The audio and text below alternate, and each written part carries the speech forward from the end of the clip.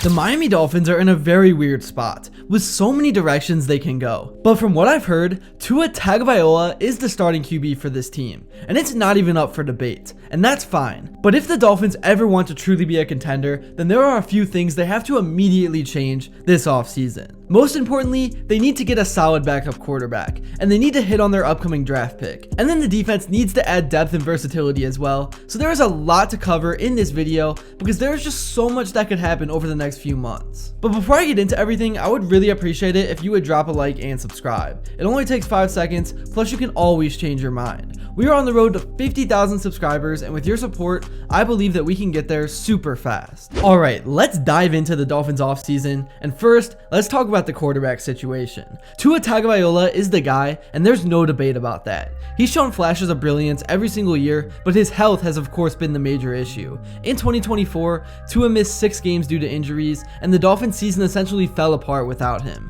The backups over the last few years in Skylar Thompson, Mike White, and Tyler Huntley were not up to the task, and the team's record plummeted in those games, and that is why finding a reliable backup quarterback is absolutely critical this offseason. The Dolphins can't afford to have another season derailed because Tua gets hurt, and honestly, I really do think he's one big hit away from retiring, and I hope he does, because he's gonna have bad CTE because some of these hits are just outrageous, and he really needs to work on getting down in a timely manner because that's the reason he's been getting lit up so much. He just needs to be more aware and a little bit less aggressive. One big name that keeps popping up is Justin Fields. Fields had a solid 2024 season with the Steelers for the few amount of games that he was on the field, and he once again showed the league he can be a dynamic playmaker both with his arm and his legs, but he's not going to come cheap. But if the Dolphins are serious about contending, they need to invest in a backup who can keep the team afloat if Tua goes down. Other options include Marcus Mariota, who has experience and mobility, or even a younger guy like Jackson Dart from Ole Miss, who could be a developmental project, but either way, the bottom line is, the Dolphins need to prioritize this position because Tua's health is not a guarantee, and the season really could hinge on having a competent backup. Now let's shift to the offense. The Dolphins offense obviously took a massive step back in 2024, dropping from the second highest scoring team in 2023 to 22nd in 2024. A big part of that was of course the injuries and then the offensive line, specifically the guard positions. Liam Eichenberg and Robert Jones were liabilities, allowing a combined 57 pressures, and they killed the run game. And the Dolphins went from leading the NFL in yards per carry in 2023 to 28th in 2024. That's unacceptable. The team needs to address the interior offensive line aggressively, and one name to watch is Aaron Banks from the 49ers. He's familiar with the Kyle Shanahan system, which is similar to what Mike McDaniel runs,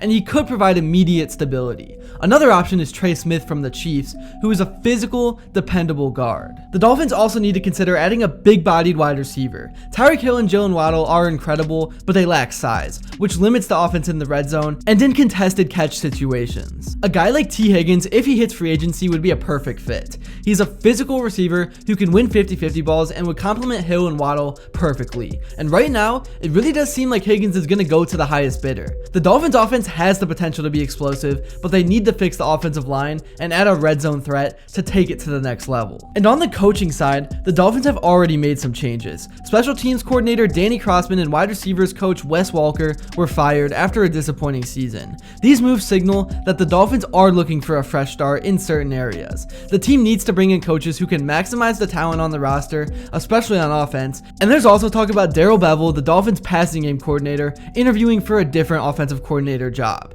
If he leaves, the Dolphins will obviously need to find a replacement who can continue to develop Tua and the passing game. Coaching changes can be tricky, but they're necessary when a team underperforms, and the Dolphins are clearly looking to shake things up. Defensively, the Dolphins had a mixed bag in 2024. They finished top 10 in points and yards allowed, but they struggled to generate sacks and takeaways, finishing near the bottom of the league in both categories. The defensive line was solid against the run, thanks to Zach Sealer and Calais Campbell, but Campbell is 39 and may not return. The Dolphins need to add depth and youth to the defensive line, especially if Campbell retires. At linebacker, Jordan Brooks was a bright spot, but the depth behind him was lacking. Tyrell Dodson, who was a midseason addition, played well and should be a priority to re-sign, and the secondary also, of course, needs attention. And then there's Javon Holland, who is a stud, but the safety position next to him has been a revolving door. Jordan Poyer is a free agent and didn't play well in 2024, so the Dolphins need to find a long-term solution there, and Talanoa Hufanga from the 49ers could be a great fit. fit. I always say his name wrong, but he's a physical playmaking safety who could bring toughness and leadership to the defense. The cornerback group was decent, but Jalen Ramsey had a down year and Kendall Fuller was inconsistent. Adding depth at corner should also be on the agenda. So all in all, the defense does have the potential to be elite, but they need to address these areas to get there. And a bad offense is not always great for a defense's production either. So if Tua comes back and plays well, that will be a big help because the defense won't be on the field for nearly as long. This really is a critical offseason for the Dolphins. They have the pieces to be a contender, but they need to make the right moves to get over the hump. The draft will be crucial. The Dolphins could have as many as 10 picks, and they need to hit on some of them. Offensive line, safety, and defensive line should be the priorities. If they can find a starting guard or a versatile safety in the draft, that would be huge. Right now in mock drafts, I am seeing Malachi Starks from Georgia, and this pick would be a huge W if it happened because he's a guy that I think could become a force, and he had 52 solo tackles last season in college. On top of that, the Dolphins also need to add depth at linebacker. Free agency will be tricky because of the limited cap space, but the Dolphins need to be strategic. Re-signing key players like Tyrell Dodson and targeting impact free agents like Aaron Banks or Hufanga could make a big difference. The Dolphins have the talent to compete, but now it's all about creating depth, staying healthy,